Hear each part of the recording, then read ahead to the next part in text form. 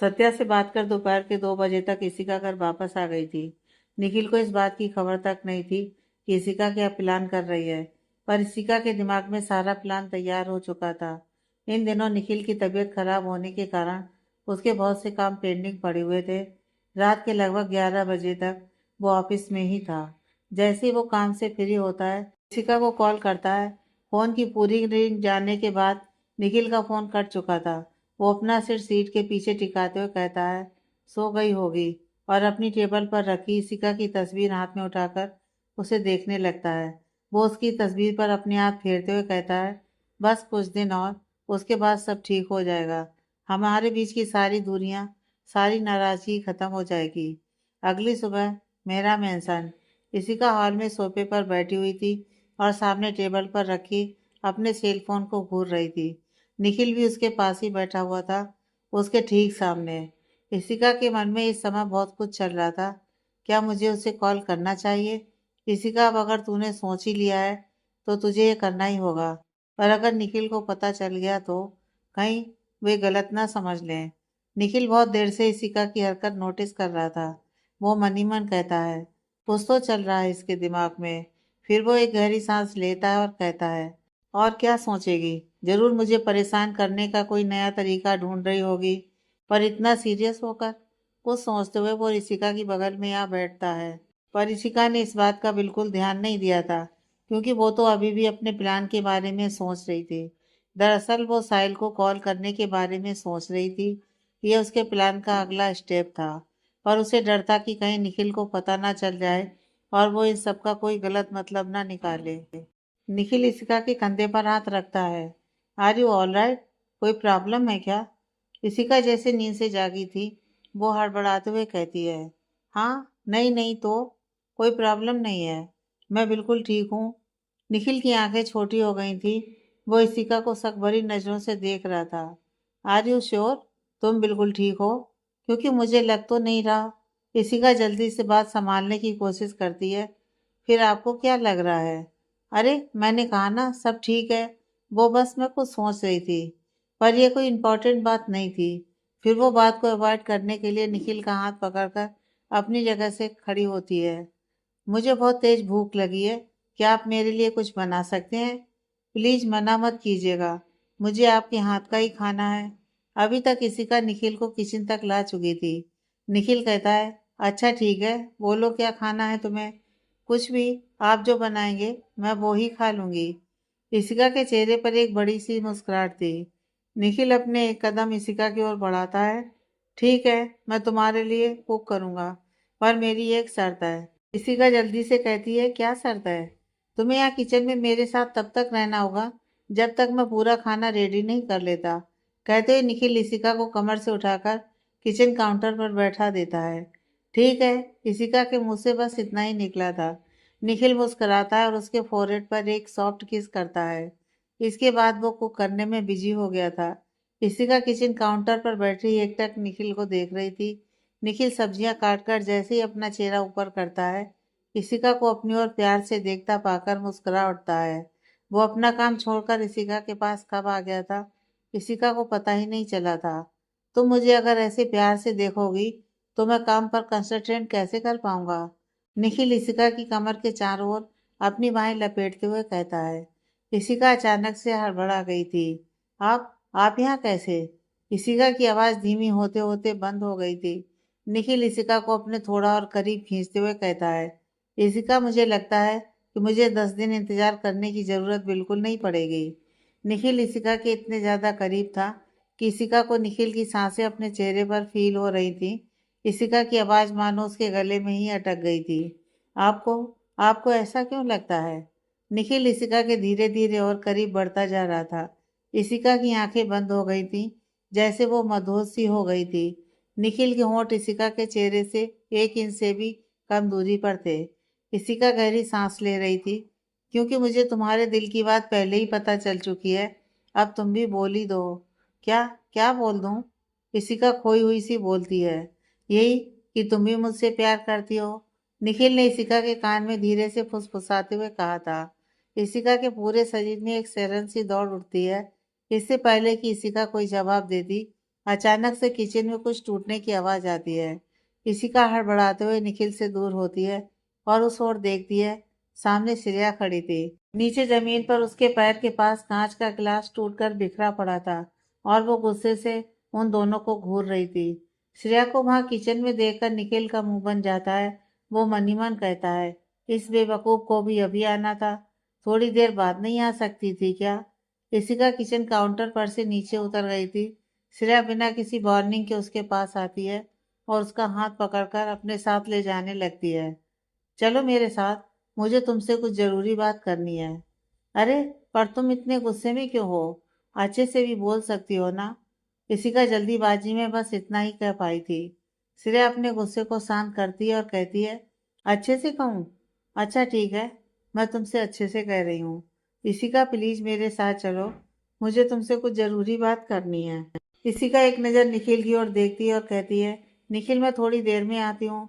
निखिल जो तब से श्रेया को गुस्से से घूरे जा रहा था, इशिका की आवाज़ सुनकर उसकी ओर देखता है और बस सिर हिलाकर उसे जाने का इशारा करता है। श्रेया इशिका का हाथ पकड़कर उसे सीधे अपने रूम में ले आई थी और उसको रूडली बेड पर बिठाते हुए कहती है, क्या था वो सब? वो इंसान तुम्हारे इतने ज्यादा करीब क्या कर रहा था? इशिका, डोंट टेल मी कि तुम उस इडियट के प्यार में पड़ गई हो। तुम्हें याद तो है ना कि तुम्हारी शादी एक कॉन्ट्रैक्ट मैरिज है। 1 साल बाद तुम दोनों अलग हो जाओगे। इशिका ने श्रेया के सवाल का जवाब नहीं दिया था। वो चुपचाप जमीन को घूरे जा रही थी।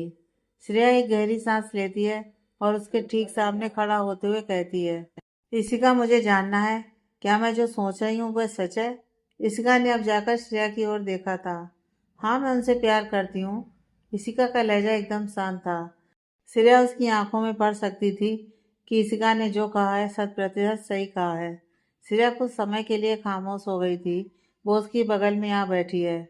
उसे इस समय अपनी छोटी बहन की बेवकूफ़ी पर बहुत गुस्सा आ रहा था।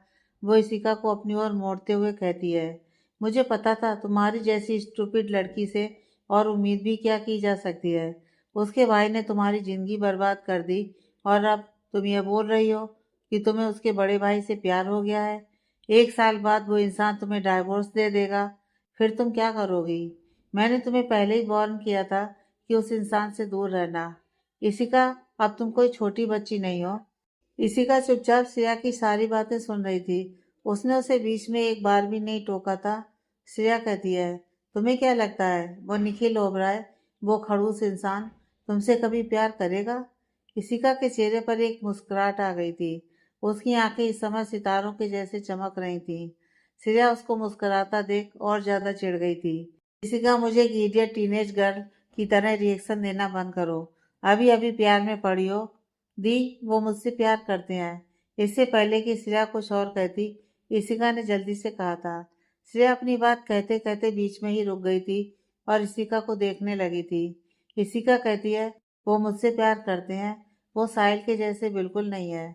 इशिका श्रेया का हाथ अपने हाथ में लेते हुए कहती है, दी मैं इस समय तुम्हें ज़्यादा तो कुछ नहीं बता सकती, बस इतना समझ लो कि जिस शादी को मैं कॉन्ट्रैक्ट मैरिज समझ रही थी, वो कभी कॉन्ट्रैक्ट मैरिज थी ही नहीं। निखिल ने मुझसे ये शादी किसी शेयर के लिए नहीं किया था। उन्होंने मुझसे शादी इसलिए की थी क्योंकि वो मुझसे प्यार करते थे।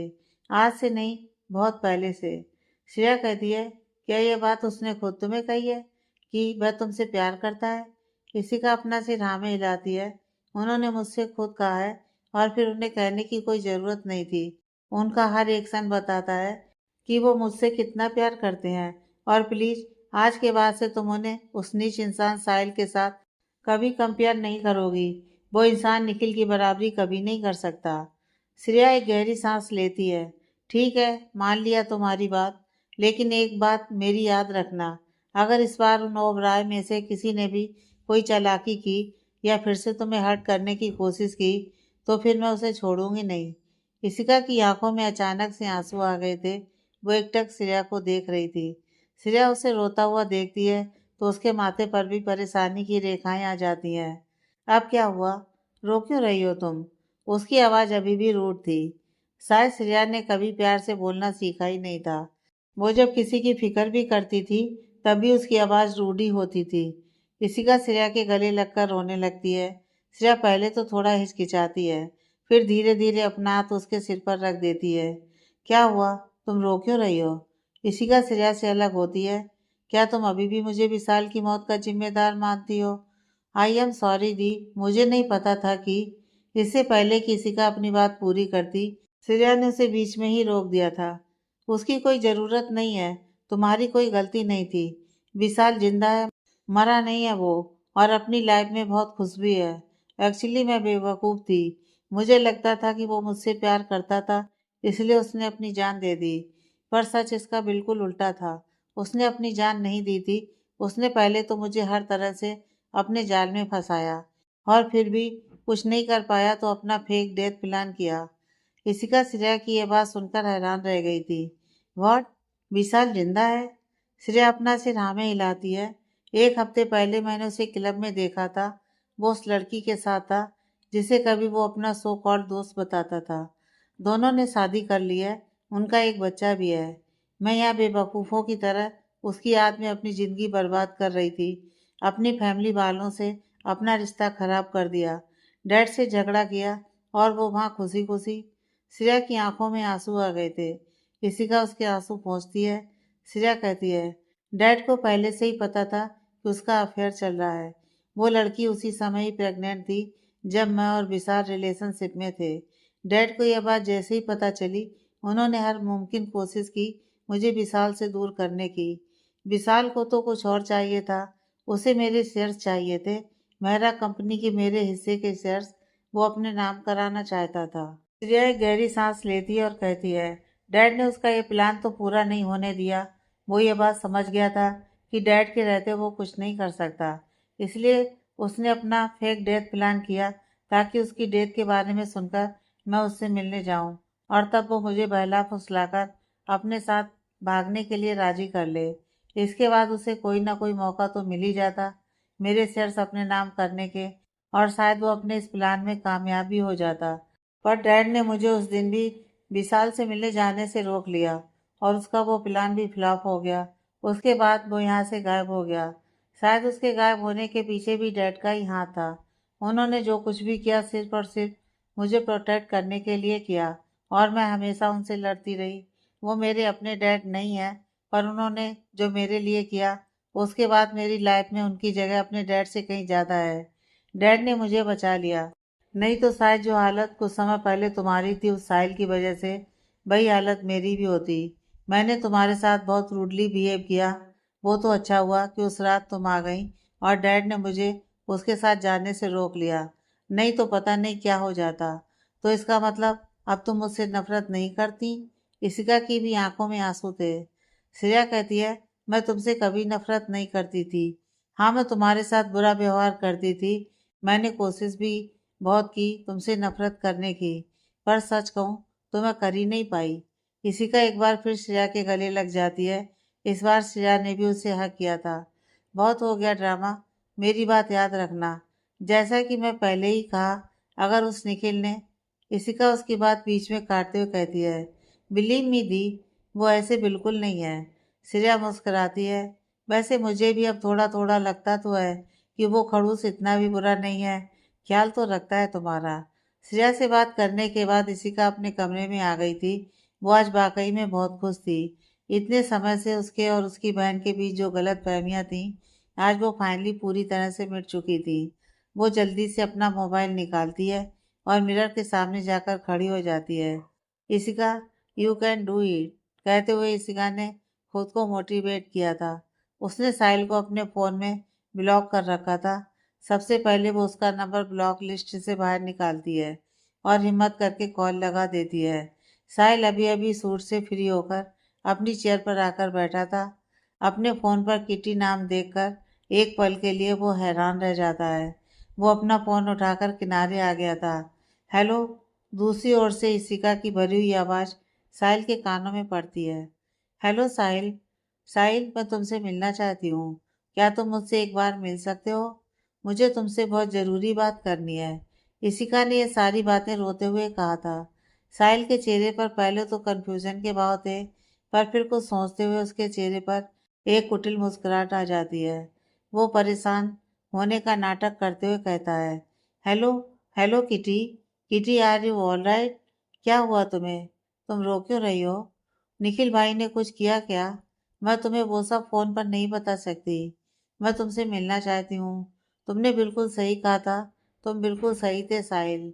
वो निखिल बिल्कुल भी अच्छा इंसान नहीं है। बस इतना सुनना था कि साहिल तो जैसे आसमान पर उड़ने लगा था।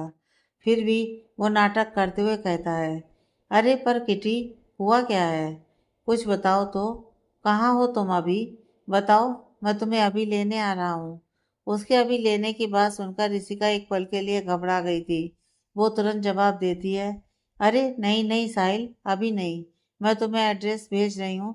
तुम कल सुबह 10 बजे मुझे मिलो। साहिल कहता है, अच्छा ठीक है, मैं आ जाऊँगा। पर तुम पहले रोना बंद करो। हम मिलकर बात करेंगे। मैं हूं ना, मैं तुम्हारे साथ हूँ। Thank you Sahil, thank you so much. इतना कहकर ऋषिका ने कॉल कट कर दिया था।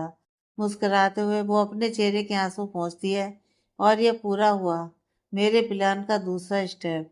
मिस्टर साहिल ओबराय, खुद को बहुत स्मार्ट समझते हो ना तुम? अब मेरे ये नकली आंसू तुम्हें असली आंसू बहाने पर मजबूर ना कर दिए तो मेरा नाम भी इसी का निखिल ओबराय नहीं। एक खेल तुमने खेला था, अब एक दूसरा खेल मैं खेलूंगी। और मेरा खिलौना तुम होगे। इसी का अभी भी मिरर में खुद को देखकर मुस्कुरा रही थी। तभी कमरे का दरवाजा ओपन होता है। निखिल के हाथ में एक ट्रे था। निखिल जैसे ही कमरे के अंदर एंटर करता है, उसकी नज़र सीधे इशिका के मुस्कुराते हुए चेहरे पर पड़ी थी। वो ट्रे टेबल पर रखते हुए कहता है, क्या बात है मिसेज ओबराय, किस बात पर मुस्कुराया जा रहा है? इशिका उसकी आवाज़ अचानक से सुनकर हड़बड़ा गई थी, पर तुरंत ही वो संभल भी गई थी। जैसे ही वो पीछे मुड़ती है, उसकी नज़र सीधे ट्रे में रखी हुई डिशेस पर जाती है। इशिका की आंखों में एक चमक आ जाती है। निखिल के हाथ का खाना उसे सच में बहुत पसंद था। वो मन ही मन कहती है, चाहे कुछ भी हो, खाना बहुत टेस्टी बनाते हैं मिस्टर खड़ूस ओबराय। इशिका तुरंत आकर सोफे पर बैठ गई थी और अपना हाथ आगे प्लेट की ओर बढ़ा दिया था। पर इससे पहले कि वह खाने को टच भी करती, निखिल ने उसका हाथ पकड़ लिया था। का मुंह बन जाता है। उसके चेहरे की खुशी 1 मिनट में गायब हो गई थी। मिस्टर खड़ूस ओबराय, अब ये मत कहिएगा कि ये खाना मेरे लिए अनहेल्दी है और मैं इसे नहीं खा सकती। निखिल उसकी बात का कोई जवाब नहीं देता है। इशिका उदास मन से वहां से उठकर जाने लगती है कि निखिल उसका हाथ पकड़कर अपने पास खींच लेता है। इशिका सीधा निखिल की गोद में जा गिरी थी। उसकी आंखें निखिल की आंखों से टकराती हैं। निखिल की नीली आंखें इशिका को बड़ी इंटेंस नजरों से देख रही थी। इशिका शर्मा गई थी। वो अपना चेहरा नीचे झुका लेती है और उसकी गोद से उठने की कोशिश करती है, पर निखिल उसे जाने नहीं देता है। इशिका खुद को छुड़ाने की कोशिश करती है। निखिल प्लीज छोड़िए मुझे। निखिल अपने हाथ इशिका की कमर के चारों ओर लपेटते हुए कहता है, नो वाइफी, कोशिश भी मत करो, क्योंकि निखिल ओबराय की बाहों से निकल पाना इतना भी आसान नहीं है। वो एक हाथ से खाने की स्पून इशिका के मुंह की ओर बढ़ाता है, जबकि उसका दूसरा हाथ अभी भी इशिका की कमर को पकड़े हुए था। इशिका उसे मना नहीं करती है और उसके हाथ से खा लेती है। उसका सिर इस समय नीचे झुका हुआ था। निखिल देखता है कि इशिका के होंठ के पास खाने का एक छोटा सा टुकड़ा लगा हुआ था। वो अपने हाथ आगे बढ़ाकर उसे इशिका के होंठ से हटा देता है। इशिका अचानक से चौंक गई थी। निखिल उसका ऐसा रिएक्शन देखकर खुद को मुस्कुराने से रोक नहीं पाया था। वो इशिका को अपनी गोद में बिठाए हुए ही पूरा खाना खिलाता है। रणविजय दरवाजे पर खड़े उन दोनों को देख रहे थे। उनके चेहरे पर एक सुकून पसरा हुआ था। वे मन ही मन कहते हैं, मेरे बच्चों को किसी की नजर न लगे। रणविजय वहां पर निखिल से कुछ बात करने आए थे, पर उन दोनों को एक साथ देखकर उनके कदम दरवाजे पर ही ठहर गए थे और थोड़ी देर में ही वो वहां से चले गए थे, क्योंकि वो उनका यह मूवमेंट स्पॉइल नहीं करना चाहते थे। इसका भी अब खुद को निखिल की बाहों से छुड़ाने की कोशिश नहीं करती है। शायद वो निखिल से अलग होना ही नहीं चाहती थी। उसे एक अलग ही सुकून महसूस हो रहा था। वो धीरे धीरे निखिल की बाहों में इतना कंफर्टेबल महसूस करने लगी थी कि कब उसने अपना सिर निखिल के कंधे पर रख दिया था, उसे इस बात की खबर खुद ही नहीं लगी थी। निखिल जब इशिका का सिर अपने कंधे पर फील करता है, तो वो उसके चेहरे की ओर देखता है। इशिका की आंखें बंद थी। निखिल अपनी जगह से हिलता तक नहीं है, क्योंकि वो नहीं चाहता था कि इशिका की नींद खुल जाए। वो खाने की प्लेट साइड में करता है और वैसे ही इशिका को अपनी गोद में लिए अपना सिर पीछे सोफे पर टिका देता है। इशिका सुकून की नींद सो चुकी थी। निखिल अपना एक हाथ इशिका के बालों पर रखकर उसे सहलाता है और मन ही मन कहता है, तुम्हें नहीं पता इशिका कि मैंने इस पल का कितनी बेसब्री से इंतजार किया है। थैंक यू सो मच मेरी जिंदगी में आने के लिए। निखिल के दोनों हाथ इशिका के चारों ओर लिपटे हुए थे। वो उसके माथे पर किस करके अपनी भी आंखें बंद कर लेता है। थोड़ी देर में निखिल भी नींद के आगोश में चला गया था। जब उसकी आंख खुलती है तो वो खुद को सोफे पर पाता है। इशिका अभी भी उसकी बाहों में ही सोई हुई थी।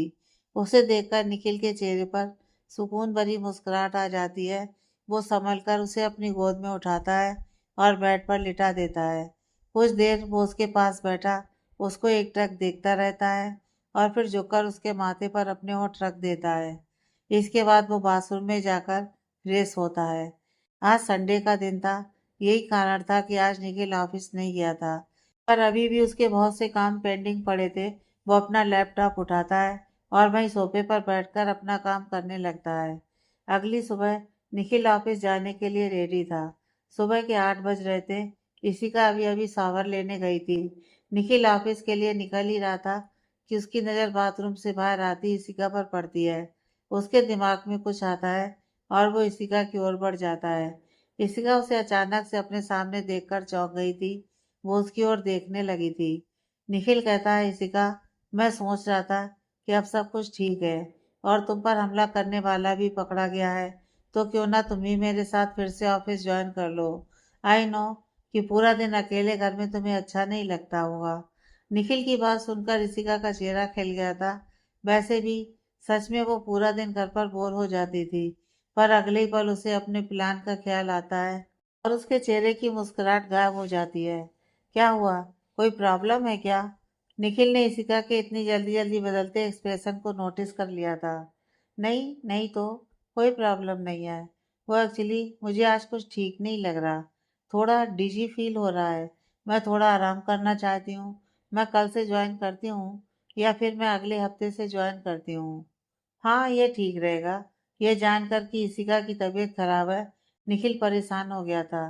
क्या हुआ? मैं तुम्हें डॉक्टर के पास ले चलूँ क्या? आई थिंक तुम्हें चेकअप करा लेना चाहिए। चलो मैं तुम्हें। इशिका उसे परेशान होता देखती है तो उसकी बात बीच में काटते हुए कहती है, अरे ऐसा कुछ भी नहीं है कि मुझे डॉक्टर के पास जाना पड़े। प्रेगनेंसी में ये नॉर्मल है। मैं हैंडल कर लूँगी। आप ऑफिस जाइए। मैं बस सोना चाहती हूँ। अरे पर निखिल ने कुछ कहना चाहा था, पर ऋषिका उसकी बात बीच में ही काट देती है। मैंने कहा ना, मैं बिल्कुल ठीक हूँ। अगर आप मुझे ऐसे परेशान करेंगे तो फिर मैं 10 दिन के बाद नहीं, 1 महीने के बाद आपको अपना जवाब दूंगी। निखिल इस समय इशिका को अपनी आंखें छोटी करके घूर रहा था। वो मन ही मन कहता है, तो अब तुम्हारी इतनी हिम्मत हो गई है कि तुम मुझे दी निखिल ओबराय को ब्लैकमेल करो। Very good wifey. एक बार तुम मुझे हाँ बोल दो, फिर तुम्हें बताता हूँ। निखिल के पास कोई ऑप्शन नहीं था। वो ऑफिस के लिए निकल गया था। इशिका एक गहरी राहत की सांस लेती है। थैंक गॉड मिस्टर ओबराय बिना कितनी बातें करते हैं। इशिका ने साहिल को जो एड्रेस सेंड किया था, अक्सर वे पहले वही मिला करते थे। क्योंकि उसे साहिल को अपनी जाल में फंसाना था, इसलिए उससे बेहतर जगह और कोई नहीं हो सकती थी। ये एक बहुत बड़ा रेस्टोरेंट था जिसमें वो और साहिल अक्सर लंच करने आया करते थे कॉलेज से छुट्टी होने के बाद। इशिका अपने चेहरे पर मास्क लगाई हुई थी और अपने कदम रेस्टोरेंट की ओर ले रही थी। अंदर एंटर करने से पहले वो एक बार अपनी आंखें बंद करके खुद को तैयार करती है। इशिका, तुम्हें यह करना होगा। वो अपना मास्क ठीक करती है। ध्यान रहे, किसी भी कीमत पर मास्क नहीं हटना चाहिए। किसी को भी इस बात की खबर नहीं होनी चाहिए कि मैं यहाँ साहिल से मिलने आई हूँ। इशिका जैसे ही अंदर जाती है, साहिल एंट्रेंस पर ही खड़ा था। इशिका को देखते ही उसका ड्रामा चालू हो गया था। इशिका, तुम्हें पता है मैं तुम्हारे लिए कितना परेशान था? क्या किया है भाई ने तुम्हारे साथ?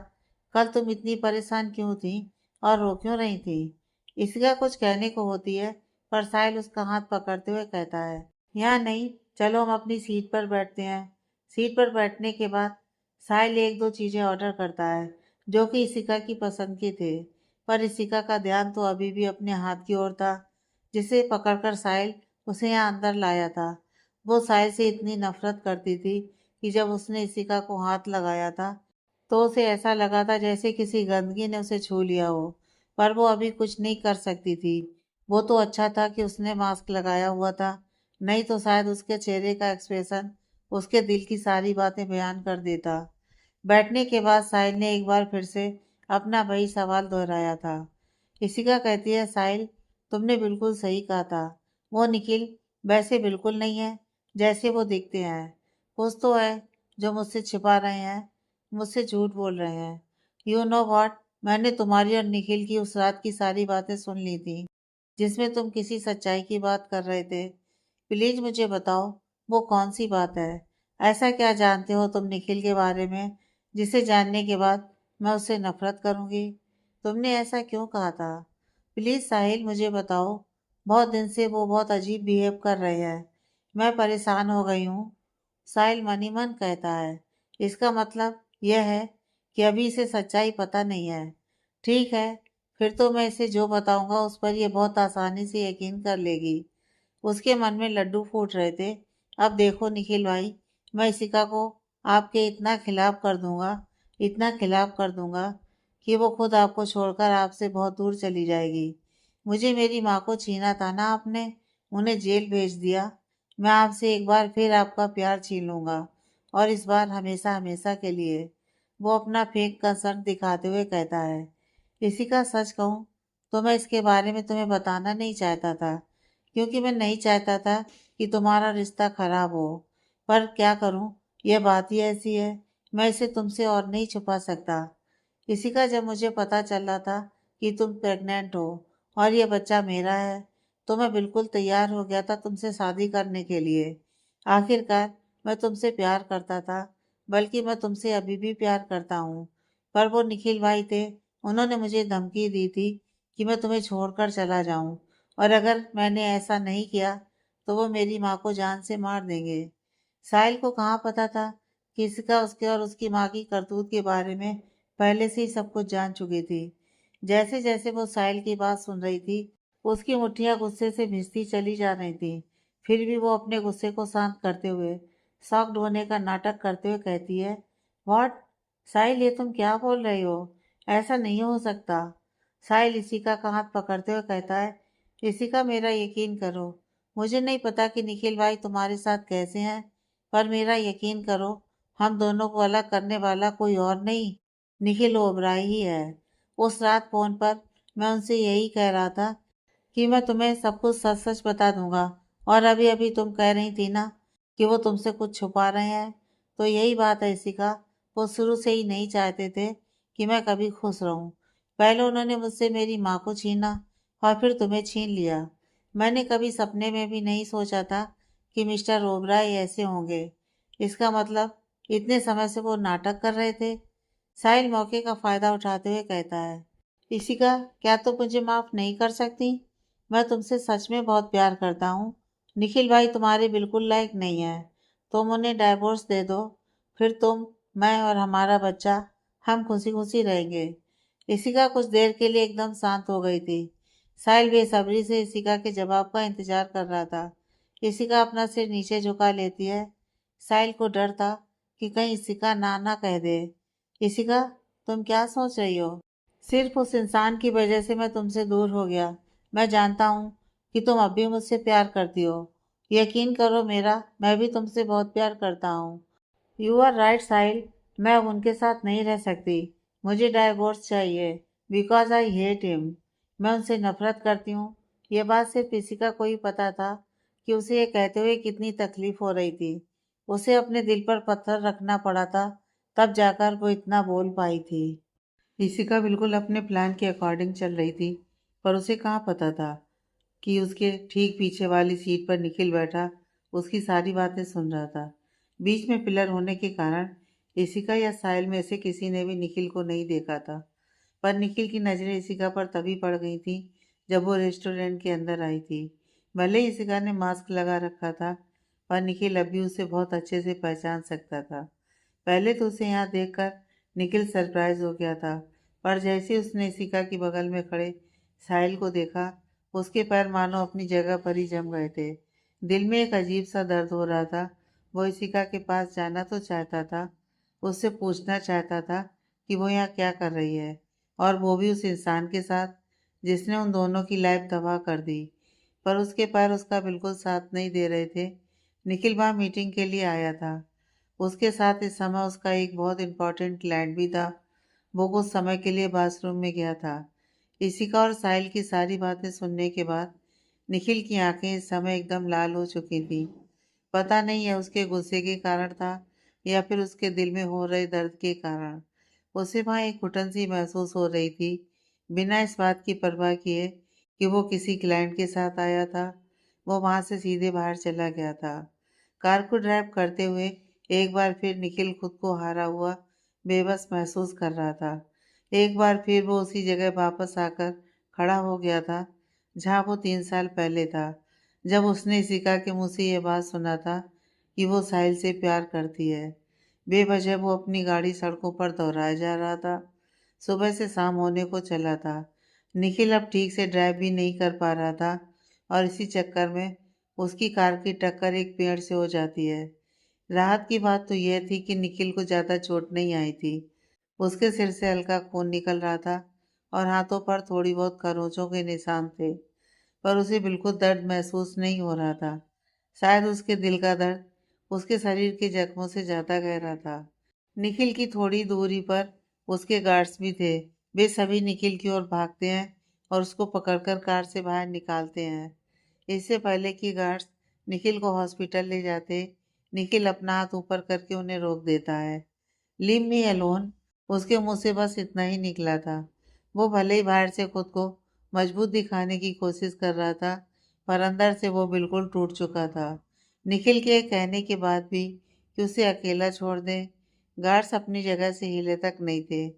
निखिल अपनी गुस्से से भरी लाल आंखों से उनकी ओर देखता है और लगभग चिल्लाते हुए कहता है, I said leave me alone. Guards उसके गुस्से से भरी लाल आंखें देखकर डर से कांप जाते हैं। उनके पैर अपने आप पीछे हो गए थे और वे वहां से दूर जाने लगे थे कि फिर एक बार निखिल की आवाज़ उनके कानों में पड़ती है, और मेरे पीछे आने की हिम्मत भी मत करना। निखिल सड़कों पर चले जा रहा था। अचानक से बारिश शुरू हो जाती है। निखिल चिल्लाते हुए कहता है, क्यों क्यों इशिका, तुमने मेरे साथ ऐसा क्यों किया? अगर तुम्हें मेरे साथ रहना ही नहीं था, तुमने पहले ही डिसाइड कर लिया था कि तुम मुझे डाइवोर्स दोगी, तो फिर ये 10 दिन का नाटक क्यों? क्यों किया तुमने ऐसा? ताकि तुम मेरे दिल के साथ खेल सको?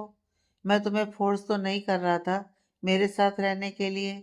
मैंने तुमसे बस रिक्वेस्ट की थी, तुम्हारे सामने अपना दिल खोल कर रख दिया, तुम्हें अपने दिल की सारी बात बताई, अपनी तकलीफ, अपना दर्द, अपने आंसू, सब कुछ, यहाँ तक कि तुम्हें अपना सबसे बड़ा डर भी बताया। इतने समय मेरे साथ रहने के बाद भी तुम्हें मुझ पर इतना सा भी भरोसा नहीं। साहिल ने तुमसे बस एक बार कहा कि ये सब मेरा प्लान था और तुमने मान लिया। सच तो मैंने भी तुम्हें बताया था, पर तुमने मेरा भरोसा नहीं किया और उसका किया। निखिल रोते रोते जमीन पर बैठ गया था। आखिर मेरा कसूर क्या है? अगर तुम्हें मुझे मना ही करना था तो तुम तभी मुझे मना कर देती, पर नहीं, तुमने पहले मेरे दिल में उम्मीद जगाई और फिर उसका खून कर दिया। यू नो व्हाट, तुमने सिर्फ मेरे विश्वास का नहीं, मेरे प्यार का भी खून कर दिया। इससे तो अच्छा तुम मेरी जिंदगी में आई ही ना होती। कम से कम मैं जी तो रहा था। तुम्हें दूर से देखकर तुमने कितनी आसानी से कह दिया कि तुम मुझसे नफरत करती हो। रात के 10 बज चुके थे। इसी का बार बार निखिल को कॉल कर रही थी, पर निखिल का फोन नॉट रीचेबल बता रहा था। इशिका को एक अजीब सी बेचैनी हो रही थी। वो अपने रूम में इधर उधर चक्कर काट रही थी। आखिर ऐसी भी कौन सी जगह है आप निखिल, क्या आपका कॉल नहीं लग रहा? क्या करूं? एक तो मौसम इतना खराब है, ऊपर से इनका कॉल नॉट रीचेबल बता रहा है। कितने बुरे हैं आप मिस्टर खड़ूस ओबराय। एक बार भी नहीं सोचा कि मुझे आपकी टेंशन हो रही होगी, मुझे एक कॉल करके बता दें। पर नहीं, आप ऐसा क्यों करेंगे? अगर आपने ऐसा कर दिया है तो आपकी एरोगेंसी पर ताला नहीं लग जाएगा क्या? अब कैसे पता करूं मैं कि कहाँ हैं आप? इसी का एक बार फिर अपने फ़ोन में कुछ ढूंढती है। ऑफिस के नंबर पर ट्राई करती हूँ। इस समय तो निखिल ऑफिस में ही होंगे। इसी का जल्दी से उस नंबर पर कॉल लगा देती है। कॉल उधर से पिक होता है, पर यह आवाज़ निखिल की नहीं थी। फ़ोन निखिल के असिस्टेंट ने उठाया था। इशिका जब उसे निखिल के बारे में पूछती है तो उसे पता चलता है कि निखिल तो सुबह एक मीटिंग के लिए गया था और उसके बाद से ऑफिस वापस ही नहीं लौटा है। अब इशिका और ज़्यादा परेशान हो गई थी। पहले ही उसका दिल बहुत बेचैन हो रहा था। वो अब और ज़्यादा घर बैठे निखिल के आने का इंतज़ार नहीं कर सकती थी, क्योंकि निखिल का सुबह से ही कोई अता पता नहीं था। वो कबर्ड से अपना पर्स निकालती है और विकी को कॉल लगाते हुए अपने रूम से बाहर निकल जाती है, ये सोचकर कि शायद विकी इस बात का पता लगा सके कि निखिल का एग्जैक्ट लोकेशन क्या है। विकी के फ़ोन पर जब इशिका का कॉल आता है, उस समय विकी हॉस्पिटल में था। इशिका का कॉल आता देख वो पहले ही समझ चुका था कि इशिका क्यों कॉल कर रही है, क्योंकि कुछ देर पहले ही निखिल के गार्ड्स उसके पास आए थे। उस समय विकी बहुत गुस्से में था और वो उनकी डांट लगा रहा था, क्योंकि सभी गार्ड्स का हेड विकी ही था। उसे उन सब की बेवकूफ़ी पर बहुत गुस्सा आ रहा था। उसके बॉस ने उन्हें अकेला छोड़ने के लिए कहा और वे बेवकूफ़ उन्हें सच में अकेले छोड़कर उनके पास चले गए थे। विक्की पहले तो कुछ देर झिझकता है, फिर कॉल पिक कर लेता है। उधर से इशिका की परेशान भरी आवाज़ आती है, विक्की, क्या तुम जानते हो कि निखिल कहाँ है? मैं बहुत देर से उनका फ़ोन ट्राई कर रही हूँ, कनेक्ट नहीं हो रहा। एक तो मौसम इतना ज़्यादा ख़राब है, प्लीज़ अगर तुम जानते हो तो मुझे बता दो। विक्की मन ही मन कहता है, बॉस इस समय किसी बात से बहुत ज़्यादा दुखी हैं। ऐसे में सिर्फ इशिका मैम ही उन्हें संभाल सकती है। विक्की का ध्यान तब टूटता है जब उसके कानों में एक बार फिर इशिका की आवाज़ पड़ती है, विक्की, विक्की, क्या तुम मुझे सुन रहे हो? विक्की जल्दी से कहता है, मैम मैं आपको सर का लोकेशन सेंड करता हूँ। इतना कहकर विक्की ने कॉल कट कर दिया था। इधर इशिका अपनी कार में बैठती है और अपनी गाड़ी स्टार्ट कर देती है। बारिश अब तक रुक चुकी थी। इशिका जब लोकेशन पर पहुंचती है तो अपनी नज़र चारों ओर घुमाकर निखिल को ढूंढने लगती है। अब तक अंधेरा हो चुका था, पर पूर्णिमा की रात होने के कारण सब कुछ स्पष्ट दिखाई दे रहा था। जब इशिका की नज़र निखिल पर पड़ती है तो वो उसकी हालत देखकर शौक रह जाती है। निखिल अपनी गाड़ी से टेक लिए पूरी तरह से भीगा सड़क पर बैठा हुआ था। उसकी कार थोड़ी बहुत डैमेज थी। शायद इस बात का अंदाज़ा निखिल को भी नहीं था कि वो कितनी देर से वहाँ बैठा था। इशिका भागकर निखिल के पास जाती है। निखिल को इस बात का बिल्कुल भी अंदाज़ा नहीं लगा था कि इशिका उसके पास कब आई थी। इशिका उसके बगल में बैठे निखिल को देख रही थी। उसकी आंखों में आंसू थे। निखिल के माथे पर, उसके हाथ पर जगह जगह चोट के निशान थे। इशिका अपने हाथ निखिल के माथे पर लगी चोट के पास ले जाती है। उसकी आंखों से आंसू लुढ़क कर उसके चेहरे को भिगोते हुए नीचे जमीन पर गुम हो जाते हैं। निखिल को जैसे ही अपने चेहरे पर किसी का हाथ फील होता है, वो अचानक से होश में आता है। इशिका को अपने सामने देखता है।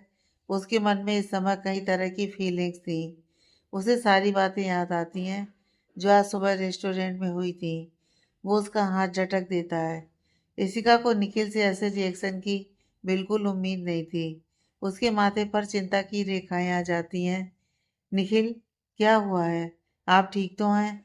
निखिल अपनी जगह पर खड़ा होता है और इशिका से दूर हो जाता है। मुझे क्या हुआ? मैं बिल्कुल ठीक हूँ। कम से कम अब तो बिल्कुल ठीक हूँ। कैसे हैं आप? आपको इतनी सारी चोटें कैसे लगीं?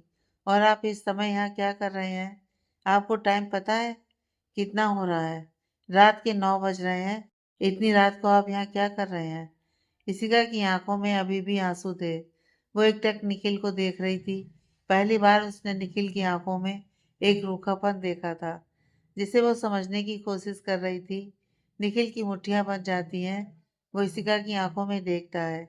उसे रोता हुआ देखकर एक पल के लिए वो नरम जरूर पड़ा था, लेकिन एक बार फिर उसके कानों में इशिका की वही बातें गूंजती हैं। मैं उनसे नफरत करती हूँ। उसका मन कसैला हो जाता है। वो मन ही मन कहता है, और कितने चेहरे हैं तुम्हारे? मेरे सामने मेरा फिक्र होने का नाटक क्यों कर रही हो? छोड़ना है तो एक बार में ही बोल दो ना कि तुम्हें मेरे साथ नहीं रहना। फालतू का नाटक क्यों कर रही हो? इशिका निखिल के पास आती है। वो उसका हाथ पकड़ने को होती है, पर निखिल उसे एक कदम पीछे ले लेता है। मिस मेहरा, मैं बिल्कुल ठीक हूँ। आपको टेंशन लेने की कोई ज़रूरत नहीं है। मैं अपना ध्यान रख सकता हूँ। और रही बात इन चोटों की, तो उसकी फिक्र आपको करने की ज़रूरत नहीं है। यह मामूली सी चोटें हैं, आज नहीं तो कल भरी जाएंगी। मगर कुछ चोटें ऐसी होती हैं जो पूरी ज़िंदगी नहीं भरती। इसी का जब निखिल के मुंह से मिस मेहरा सुनती है तो और ज़्यादा परेशान हो जाती है। निखिल, क्या हुआ है? आप मुझसे ऐसे बात क्यों कर रहे हैं? मेरी ओर देखिए, ये मैं हूँ, आपकी इशिका। आप मुझसे ऐसे बर्ताव क्यों कर रहे हैं जैसे मैं कोई अजनबी हूँ? कहते हुए इशिका अपने कदम निखिल की ओर लेती है, पर निखिल अपना हाथ आगे कर उसे वहीं रोक देता है। इशिका रोते हुए कहती है, निखिल प्लीज मुझे बताइए क्या हुआ है? मुझसे कोई गलती हुई है क्या? आखिर मैंने किया क्या है? निखिल अपना मुंह फेर कर दूसरी ओर देखने लगता है। इशिका को अपने दिल में एक अजीब सा दर्द महसूस हो रहा था। वो पीछे से निखिल को हक कर लेती है। उसके हाथ इस समय निखिल की चेस्ट पर बंधे हुए थे। निखिल अपनी आंखें बंद कर लेता है और अपने इमोशंस को कंट्रोल करने की कोशिश करता है। उसकी आंखों से भी आंसू आ जाते हैं। वो जल्दी से अपने आंसू पोंछता है। इशिका का हाथ अपनी चेस्ट से खोलने की कोशिश करता है, पर इशिका उसे जाने नहीं देती है। वो उसे और कसकर हक कर लेती है। नहीं, बिल्कुल नहीं। जब तक आप मुझे बता नहीं देते कि मेरी गलती क्या है, मैं आपको नहीं जाने दूंगी। इशिका सामने से आकर उसके सीने से लग जाती है। निखिल अपने होंठ अपने दांतों तले दबा लेता है। वह बहुत कोशिश कर रहा था कि अपने इमोशंस को कंट्रोल कर ले। प्लीज निखिल, मुझसे बात कीजिए। मुझसे आपकी बेरुखी बिल्कुल बर्दाश्त नहीं हो रही। आप ऐसा क्यों कर रहे हैं? निखिल जबरदस्ती इशिका को खुद से अलग करता है और उसके दोनों हाथ पकड़कर उसे कार से टिकाकर उसके चेहरे के ठीक सामने अपना चेहरा लाते हुए कहता है, क्या तुम्हें सच में नहीं पता कि तुमने क्या किया है? इशिका, प्रिंटेड करना बंद करो। तुम बहुत अच्छे से जानती हो कि तुमने क्या किया है और तुम यहाँ क्या कर रही हो। यह मत बोलना कि तुम्हें मेरी फिक्र थी इसलिए तुम यहाँ आई हो। क्या चल रहा है तुम्हारे दिमाग में? आखिर तुम क्या करने की कोशिश कर रही हो? निखिल ने इशिका का हाथ इतनी कसकर पकड़ा था कि इशिका के हाथ में बहुत तेज दर्द हो रहा था। डर से उसकी आंखें बंद हो गई थीं। निखिल के गुस्से से उसे सच में बहुत डर लगता था। उसकी सांसें बहुत तेज तेज चल रही थीं। इशिका हिम्मत करके धीरे धीरे अपनी आंखें खोलती है। निखिल अपने गुस्से से लाल आंखों से अभी भी उसे ही घूर रहा था। निखिल प्लीज मुझे छोड़िए, इशिका ने धीरे से कहा था। बस इतना सुनना था कि निखिल के हाथ इशिका के हाथों पर और ज्यादा कस जाते हैं। वो उसके दोनों हाथ कार से पिन करता है और अपने दांत पीसते हुए कहता है, यही तो तुम चाहती हो कि मैं तुम्हें छोड़ दूं और तुम फिर से एक बार उस। निखिल कहते कहते रुक गया था। गुस्से से उसकी सांसें बहुत तेज चल रही थीं। बोलो ना, मैं सही कह रहा हूं ना? यही चाहती हो ना तुम कि मैं तुम्हें छोड़ दूं? किसने कहा आपसे कि मैं ये चाहती हूँ? मैंने कहा क्या? अगर मुझे आपसे दूर जाना होता तो मैं कब का चली जाती। इशिका अपनी सांसें कंट्रोल कर निखिल का चेहरा अपने हाथों में भरते हुए कहती है, निखिल, अगर कुछ हुआ है तो प्लीज मुझसे बात कीजिए। मुझे बताइए, किसी ने आपसे कुछ कहा क्या? निखिल को फिर एक बार वो पल याद आता है जब इशिका ने कहा था कि उसे डाइवोर्स चाहिए। वो गुस्से से अपना हाथ कार के शीशे पर दे मारता है। शीशा टूट जाता है और निखिल का हाथ खून से धीरे धीरे लाल होने लगा था। इशिका घबराते हुए निखिल के हाथ को पकड़ लेती है। ये क्या कर रहे हैं आप? पागल हो गए हैं क्या? निखिल के हाथ से बहुत ज्यादा खून बह रहा था। इशिका के पास इस समय कुछ भी नहीं था जिससे वो खून रोक सके। वो निखिल के जेब में हाथ डालती है। निखिल इतने गुस्से में था कि उसकी सांसें एकदम तेज चल रही थीं।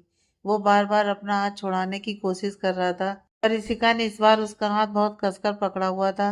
वो निखिल की जेब से उसका ही रुमाल निकालती है और उसे निखिल के हाथ पर बांध देती है।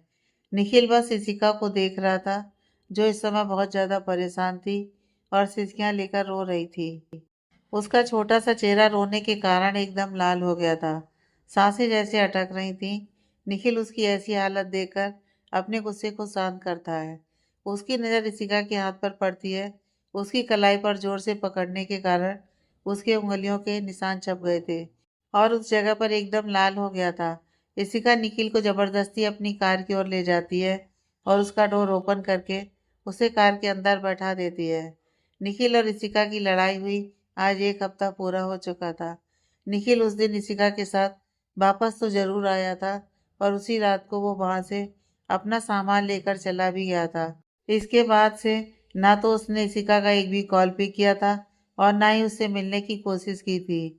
हाँ, पर इशिका ने उसको इस बीच हजारों बार कॉल किया था, पर निखिल ने उसे एक बार भी कॉल का जवाब नहीं दिया था। इसके अलावा इशिका ने निखिल से बहुत बार मिलने की भी कोशिश की थी, उसके ऑफिस भी गई थी, उसके विला भी गई थी, यहाँ तक कि ओल्ड ओबराय मेंशन भी गई थी, पर निखिल उनमें से कहीं भी नहीं था। इशिका इसके सिवाय निखिल की और किसी प्रॉपर्टी के बारे में नहीं जानती थी, इसलिए वो इस बात का अंदाजा नहीं लगा सकती कि निखिल कहाँ हो सकता है। उसका दिल बहुत घबरा रहा था ये सोचकर कि आखिर ऐसा क्या हो गया कि निखिल उससे इतना नाराज है, कि उससे बात तक नहीं करना चाहता। वो पहले की जैसे खुश नहीं रहती थी। एक ही हफ्ता में निखिल के बिना उसका चेहरा एकदम मुरझा गया था। उसने अपने और निखिल के झगड़े के बारे में घर पर किसी को भी नहीं बताया था। अब इशिका के पास साहिल का कॉल रोज आता था। वो उसे भड़काने की पूरी कोशिश करता था। इशिका बेमन से ही उससे बात जरूर करती थी, क्योंकि उसके प्लान के लिए बहुत ज़्यादा ज़रूरी था कि साहिल उस पर भरोसा कर सके, और कहीं ना कहीं उसका ये प्लान काम भी कर रहा था। इशिका इस बीच कई बार साहिल के अपार्टमेंट में भी जा चुकी थी। इशिका ने तो साहिल को फंसाने के लिए ड्रग का सहारा लेने की कोशिश की थी, पर वहां जाकर उसे ये पता चला था कि साहिल सच में ड्रग एडिक्ट है। वह अपार्टमेंट में अकेला ही रहता है, इसलिए इस बात की खबर सिर्फ साहिल के अलावा और किसी को नहीं थी। इसके अलावा हर संडे को उसके अपार्टमेंट में लड़कियां आती थीं, जिनके साथ साहिल मजे करता था। किसी भी तरह अगर ये खबर लीक हो जाती है तो साहिल का रेपुटेशन बुरी तरह से खराब हो जाएगा। इशिका अब समझ गई थी कि उसे क्या करना है, पर उसे कुछ ऐसा करना था कि साहिल रंगे हाथों पकड़ा जाए, ताकि बाद में उसके बचने का कोई चांस ना रह जाए। इशिका ने उसके घर पर बहुत सी जगह छोटे छोटे पैकेट में सफ़ेद रंग के पाउडर देखे थे। कंफर्म करने के लिए वो उनमें से कुछ को चुराकर सत्या से भी कंफर्म किया था। सत्या को ड्रग की हर एक वैरायटी के बारे में बहुत अच्छे से पता था, और उससे कंफर्म करने के बाद इशिका का काम और भी ज़्यादा आसान हो गया था। इशिका ने अपनी हर कोशिश की थी निखिल का पता लगाने की, कि उसने इस बारे में विक्की से भी बात की थी, पर विक्की ने उसे कुछ नहीं बताया, क्योंकि इस बार उसे भी नहीं पता था कि निखिल कहाँ है। उसने उसका पता लगाने की कोशिश भी नहीं की थी, क्योंकि निखिल ने उसे पहले ही वार्न कर दिया था कि उसकी लोकेशन के बारे में इशिका को अगर कुछ भी बताया तो इसका अंजाम बहुत बुरा होगा। इशिका को इस बात की खबर भी नहीं थी कि निखिल उस शहर में ही नहीं है। वो इस समय ऋषिकेश में एक महल के बहुत बड़े कमरे में बैठा शराब पी रहा था। जो निखिल कभी भी शराब को हाथ नहीं लगाता था, उसने आज अपना रिश्ता शराब से जोड़ लिया था। पूरे एक हफ्ते से वो अपना ऑफिस, घर बार सब छोड़कर यहाँ आ गया था, अपने दादा दादी के घर। उनके दो बच्चे थे। एक तो उनका छोटा बेटा राजेंद्र ओबराय, यानी कि निखिल के चाचा, जो इस समय वहाँ के राजा थे, जिनकी सिर्फ एक बेटी थी सुरभि, और दूसरा वहाँ के बड़े बेटे बलराज ओबराय। यह बात सिर्फ गिने चुने लोगों को ही पता थी कि निखिल एक रॉयल फैमिली से बिलोंग करता है, बल्कि वो एक युवराज था। निखिल वहाँ कभी कभी सिर्फ घूमने ही जाता था। अपने बिजनेस को स्टेबल करने के बाद बलराज जी अपनी फैमिली के साथ मुंबई में ही शिफ्ट हो गए थे, और वहाँ की पूरी जिम्मेदारी अपने छोटे भाई राजेंद्र सिंह को सौंप दी थी। राजेंद्र और उनकी पत्नी सुधा दोनों ऋषिकेश की रियासत संभाल रहे थे। वे दोनों ही एक हफ्ते से निखिल की हालत से बहुत ज्यादा परेशान थे। उन्हें कुछ समझ में नहीं आ रहा था कि आखिर उसे हुआ क्या है, और उन्हें एक बात की चिंता और थी कि अगर महल के बाहर किसी को निखिल की इस हालत के बारे में पता चला तो एक युवराज होने के तौर पर निखिल का जो रुतबा है उस पर दाग लग जाएगा। भले ही निखिल अब वहां नहीं रहता था, लेकिन यह भी सच था कि वो वहां का अगला उत्तराधिकारी भी था। चाहे कुछ भी हो जाए, वे लोग उसकी इमेज खराब नहीं होने दे सकते थे। जो निखिल शराब को हाथ तक नहीं लगाता था, अचानक से ऐसा क्या हो गया जो ज्यादातर समय शराब में ही डूबा रहता है। इन दिनों राजेंद्र जी ने बलराज जी को बहुत बार कॉल लगाने की भी कोशिश की, पर उनका कॉल नहीं लग रहा था। सुधा और राजेंद्र महल के बड़े से हॉल में लगे सोफे पर बैठे एक दूसरे से बातें कर रहे थे। राजेंद्र कहते हैं, रानी साहब, मुझे लगता है कि अब मुझे मुंबई जाना ही होगा। पता नहीं भाई साहब को निखिल की हरकतों का कोई अंदाजा भी होगा या नहीं। पता तो चले कि उन्हें हुआ क्या है। तभी राजेंद्र के दिमाग में कुछ आता है, और वे सुधा की ओर देखते हुए कहते हैं, रानी साहब, कहीं उनके और बहू रानी के बीच कोई बात ना हुई हो। हम दोनों ही जानते हैं कि सेंसिटिव है। सुधा परेशान होते हुए कहती हैं, सच कहूँ तो मुझे भी ऐसा ही लगता है। आप वहाँ जा रहे हैं तो एक बार बहू रानी से भी बात कर लीजिएगा। पहले तो हमें लगा था कि युवराज हमेशा की तरह यहाँ घूमने आए हैं, पर अब ऐसा लग रहा है कि बात सिर्फ इतनी सी नहीं है। पर अगर आप यहाँ से चले गए तो यहाँ की जिम्मेदारी कौन देखेगा? राजेंद्र सुधा के कंधे पर हाथ रखते हुए कहते हैं, उसकी फिक्र आप मत कीजिए। विक्रम है ना, वो सब संभाल लेगा। विक्रम महल का सबसे वफादार इंसान था। राजेंद्र को जब भी कहीं जाना होता था तो वो सारी जिम्मेदारी उसके कंधे पर ही डालकर जाते थे। सुधा के माथे पर अभी भी परेशानी की रेखाएं थीं। राजेंद्र कहते हैं, अब क्या हुआ, क्यों परेशान है? सुधा कहती है, कुछ नहीं, मुझे बस युवराज की टेंशन हो रही है। भगवान करे सब कुछ जल्दी ठीक हो जाए। हमारा बच्चा मुस्कुराना तो बहुत पहले ही भूल चुका था, अब तो लगता है जीना ही भूल गया है। राजेंद्र कहते हैं, सब ठीक हो जाएगा, अभी 2-3 दिन मुझे कुछ ज़रूरी काम है, उसके बाद मैं खुद मुंबई के लिए निकलूंगा। कुछ सोचते हुए सुधा की आंखों में एक चमक आ जाती है। वैसे एक बात बोलूं राजा साहब, भाई साहब को भी यहाँ आए बहुत समय हो गया है। हम शादी में भी वहाँ नहीं जा पाए थे, और शादी के बाद बहू रानी एक बार भी अपनी ससुराल नहीं आई हैं। अगर पॉसिबल हो तो आप उन्हें अपने साथ ले आइएगा। जब भी उन्हें देखा सिर्फ टीवी पर ही देखा है, पता नहीं उन्हें इस बात का मालूम भी होगा कि नहीं कि उनका एक ससुराल भी है। बहुत मन करता है उनसे एक बार मिलने का। राजेंद्र मुस्कुराते हुए कहते हैं, मैं इस बारे में भाई साहब से बात करूंगा। फिर मिल लीजिएगा अपनी बहू रानी से, और फिर उन्हें हमारी प्रजा से भी तो मिलवाना है। हम पूरी जिंदगी इस राज्य को तो नहीं संभाल सकते हैं, आगे जाकर तो उन्हें और युवराज को ही संभालना होगा। निखिल अब किसी की नहीं सुनता था। वो सुबह ही पहले से बाहर निकल जाता था और करीब आधी रात को घर आता था। हर कोई निखिल के ऐसे रवैये से परेशान था। सुरभि भी अभी बहुत ज़्यादा बड़ी नहीं थी, उसकी उम्र यही कोई 15-16 की होगी। वो निखिल से बहुत ज़्यादा अटैच थी। निखिल भी पहले उससे बहुत प्यार करता था, पर अब जब से आया था उसे इग्नोर कर रहा था। यहाँ तक कि जब वो खुद भी उससे बात करने जाती है, निखिल अपना दरवाज़ा बंद कर देता था। इतने बड़े पैलेस में बहुत से सर्वेंट थे, पर फिर भी वहाँ एक अजीब तरह का सन्नाटा फैला हुआ था। पहले जब भी निखिल आता था, पैलेस में एक रौनक छा जाती थी, पर अब वहाँ की रौनक बिल्कुल बुझ गई थी। इशिका निखिल को ढूंढते ढूंढते थक चुकी थी। वो इतना तो समझ गई थी कि वो निखिल को तब तक नहीं ढूंढ सकती जब तक निखिल को ऐसा ना चाहे। रात का समय था।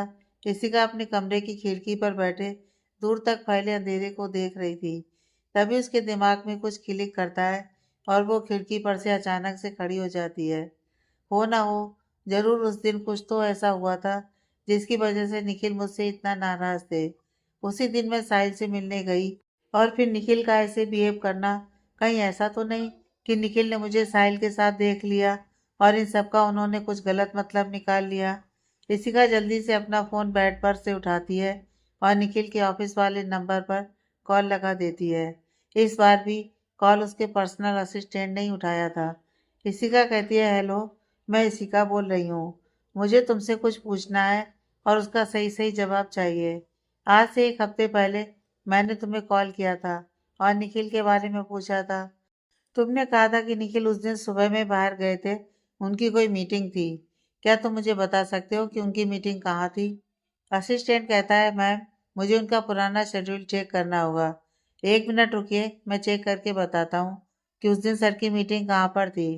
कुछ देर बाद जब असिस्टेंट इशिका को एड्रेस बताता है तो इशिका अफसोस से अपनी आंखें बंद कर लेती है। वो वहीं थे। इशिका अपने सिर पर हाथ रखकर बेड पर बैठ गई थी। जिस बात का डर था वही हुआ।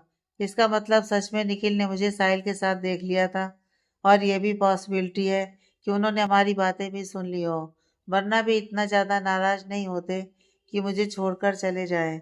मिस्टर ओबराय, ठीक है, आपको गलत फहमी हो गई, तो क्या आप मुझे छोड़कर चले जाएंगे? एक बार मुझसे इस बारे में बात तो करते। सब मेरी गलती है। शायद मुझे ये सब करना ही नहीं चाहिए था। मेरा मतलब आपसे ज़्यादा इम्पोर्टेंट नहीं है निखिल। जो होना था वो हो चुका है, पर अब मैं आपको नहीं खो सकती। अब मैं क्या करूं? कैसे ढूंढूं आपको? कैसे आपकी गलतफहमी दूर करूं? पर कुछ तो करना होगा मुझे। मैं ऐसे आपको गलतफहमी में नहीं रहने दे सकती। पता नहीं आप कैसे होंगे। इसी का बहुत देर से बैठी सोच रही थी कि उसे क्या करना चाहिए। वो अपने बिस्तर पर से खड़ी होती है। शायद उसने सोच लिया था कि उसे क्या करना है। वो सत्या का नंबर डायल करती है और उससे कहती है, तैयार रहो, हमें अपने प्लान को कल ही अंजाम देना है। कल रात साहिल के अपार्टमेंट के बाहर मिलो। प्लान के अकॉर्डिंग सब चीज़ तैयार होनी चाहिए। टाइम मैं तुम्हें मैसेज कर दूंगी। कॉल रखने के बाद इशिका खुद से ही कहती है, अब बस यही एक रास्ता है साहिल की बर्बादी की, आपको मेरे पास वापस ले आएगी। फिर शायद आपकी सारी गलतफहमी भी दूर हो जाए। अगले दिन इशिका इस समय साहिल के घर पर थी। साहिल बहुत खुश था क्योंकि जो वो चाहता था बिल्कुल वैसा ही हुआ था। दरअसल उस दिन निखिल जब मेरा मेंशन से वापस चला गया था, तब मैं वापस अपने बिला ही गया था। निखिल को अभी भी विश्वास नहीं हो रहा था कि उसने जो देखा और सुना वह सच था। निखिल ने एक बार इशिका से तसल्ली से बात करने के बारे में सोचा कि तभी साहिल ने अपनी अगली चाल चल दी। उसने इशिका के साथ कॉल पर की गई बातचीत का रिकॉर्डिंग निखिल के पास भेज दिया। इशिका की कॉल रिकॉर्डिंग सुनने के बाद निखिल की पूरी हिम्मत मर चुकी थी। अब ये सब निखिल के लिए बर्दाश्त से बाहर हो चुका था। वो समय कितनी तकलीफ हो रही थी यह सिर्फ उसे पता था। उसे लग रहा था कि उसकी वाइफ को उससे ज़्यादा किसी और पर यकीन था। वो उसकी पीठ पीछे उसके ही भाई के साथ इन्वॉल्व थी। वो अगले दिन ही वहां से ऋषिकेश के लिए निकल गया था बिना किसी को बताए। ऋषिका को इस बात की खबर तक नहीं थी कि उसके पीठ पीछे क्या क्या हो रहा है। उस दिन से हर एक बात की रिकॉर्डिंग और चैट्स का स्क्रीनशॉट हर रोज साहिल निखिल को भेजता था ताकि वो उसे टॉर्चर कर सके। और यही कारण था कि निखिल हर रोज शराब के नशे में घर वापस आता था। ऋषिका साहिल के घर पर किचन में कुक कर रही थी। साहिल किचन के बाहर खड़ा ऋषिका का वीडियो बना रहा था। वो वीडियो बनाने के बाद उसे निखिल के नंबर पर सेंड कर देता है। उसके चेहरे पर एक शैतानी मुस्कुराहट थी। इसके बाद वो मैसेज टाइप करता है, I am really sorry bro. अब मैं क्या करूं, आप खुद ही देख लो। आपकी बीवी मेरे साथ कितनी कंफर्टेबल हो गई है, मेरे लिए खाना बना रही है। वैसे एक बात बताइए, उसने आपके लिए कितनी बार खाना बनाया होगा। और उसे निखिल को सेंड कर देता है। निखिल अभी अभी पैलेस वापस लौटा था और सीधे अपने रूम में चला गया। वो बेड से टेक लगाए अपनी आंखें बंद करके जमीन पर बैठा हुआ था। उसे अपने फोन की बीप सुनाई देती है। इन दिनों इशिका के बहुत से मैसेज, बहुत से कॉल उसके पास आए थे, पर निखिल ने एक भी आंसर नहीं किया था। वो फोन अपने हाथ में उठाता है। मैं जानता हूँ कि अगर मैं तुम्हारा फोन पिक करूंगा तो मुझे क्या सुनने को मिलेगा। यही ना कि तुम मेरे साथ नहीं रहना चाहती और मुझसे डाइवोर्स चाहती हो। वह अभी अपने फ़ोन को घूर ही रहा था कि तभी उसके फ़ोन की बीप फिर एक बार बजती है। साहिल का मैसेज देखकर उसके दिल की धड़कनें थम सी गई थीं। उसे पता था कि उस मैसेज में जो कुछ भी होगा वो उसके दिल को और तकलीफ ही देगा। फिर भी वो व्हाट्सएप ओपन करता है। वो देखता है कि साहिल की तरफ से एक वीडियो आया था। उसे प्ले करने से पहले निखिल का हाथ एक पल के लिए कांपा जरूर था, पर फिर भी वह वीडियो प्ले कर देता है। इतने दिनों बाद इशिका को अपनी आंखों के सामने देखकर निखिल की आंखों से एक बार फिर आंसू बह जाते हैं। निखिल इस समय बिल्कुल भी इशिका से नहीं मिलना चाहता था, पर यह भी सच था कि उसने इस एक हफ्ते में उसे बहुत ज्यादा मिस किया था। उसकी जिंदगी फिर एक बार पहले की जैसी वीरान हो गई थी, जिसमें सिर्फ वो था और उसकी तन्हाई। जैसे ही निखिल साहिल द्वारा भेजे गए मैसेज को पढ़ता है, उसके दांत गुस्से से भिज जाते हैं। वो अपनी जगह से खड़ा हो जाता है और गुस्से से अपना फोन कमरे की दीवार पर फेंक देता है। फोन के टुकड़े टुकड़े हो जाते हैं। कुछ ही देर में महल का वह आलीशान कमरा तहस नहस हो चुका था। निखिल ने वहां उपस्थित हर चीज तोड़ दी थी क्योंकि उससे उसका गुस्सा कंट्रोल नहीं हो रहा था। थोड़ी देर बाद वो थककर रोते रोते जमीन पर बैठ गया था। तुम लोगों को जो करना है करो, मुझे क्यों टॉर्चर कर रहे हो। नहीं जानना मुझे कि तुम लोगों की लाइफ में क्या चल रहा है। I don't care. निखिल जमीन पर गिरी हुई तस्वीर उठाता है। यह तस्वीर इशिका की थी। उसने मुंबई भले छोड़ दी थी, पर वो इशिका की तस्वीर अपने साथ लाने से खुद को रोक नहीं पाया था। निखिल उसकी तस्वीर देखते हुए कहता है, मुझे सच में समझ में नहीं आता कि साहिल तुम्हें ऐसा क्या दे सकता है जो मैं नहीं दे सकता। मैं मानता हूँ कि वो तुम्हारा पहला प्यार था, पर तुम मेरी बीवी हो। कम से कम इस बात का तो ख्याल रख लेती, हमारे डाइवोर्स तक तो रुक जाती। तुम ये बात कैसे भूल गई कि तुम अभी भी मेरी बीवी हो। एक बार भी नहीं सोचा कि मेरे दिल पर क्या गुजरेगी जब मुझे इन सब के बारे में पता चलेगा। जब मैं ऐसे तुम्हें इतनी रात को किसी और इंसान के साथ निखिल कहते कहते रुक गया था। वो अपने आंसू पोंछता है। बट इट्स ओके, इसमें तुम्हारी कोई गलती नहीं है। मैंने ही तुमसे ज़्यादा उम्मीद कर ली थी। शायद मैंने गलत लड़की से प्यार कर लिया। सच तो यह है कि तुम मेरे प्यार के लायक ही नहीं हो। इधर इशिका और साहिल डिनर टेबल पर बैठे हुए थे। इशिका साहिल को डिनर सर्व कर रही थी। साहिल उसे चेयर खींचकर बैठाते हुए कहता है, तुम बैठो, मैं सर्व करता हूँ। एक तो मैंने तुम्हें पहले ही मना किया था कि ऐसी हालत में काम मत करो, लेकिन तुमने मेरी एक नहीं सुनी। लेकिन अब तुम कोई काम नहीं करोगी। इशिका मन ही मन कहती है, सही बोल रहे हो, क्योंकि इसके बाद मुझे कुछ करने की ज़रूरत ही नहीं होगी। फिर वो सामने से मुस्कुराते हुए कहती है, अरे इट्स ओके, मुझे सच में तुम्हारे लिए खाना बनाकर बहुत खुशी हो रही है। साहिल इशिका के प्लेट में खाना सर्व करने लगता है। इशिका एक नज़र खाने को देखती है और मन ही मन कहती है, चाहे कुछ भी हो जाए, मैं ये खाना नहीं खा सकती, क्योंकि इशिका ने उस खाने में ड्रग्स मिलाया था। सत्या ने उसे सब पहले ही समझा दिया था कि उसे ड्रग कितनी मात्रा में मिलानी है। साहिल बैठकर खाना खाना शुरू कर चुका था। वो देखता है कि इशिका खाना नहीं खा रही थी। वो एक बाइट इशिका की ओर बढ़ाते हुए कहता है, चलो खाओ, अगर तुम खाओगी नहीं तो हमारा बेबी हेल्दी कैसे होगा।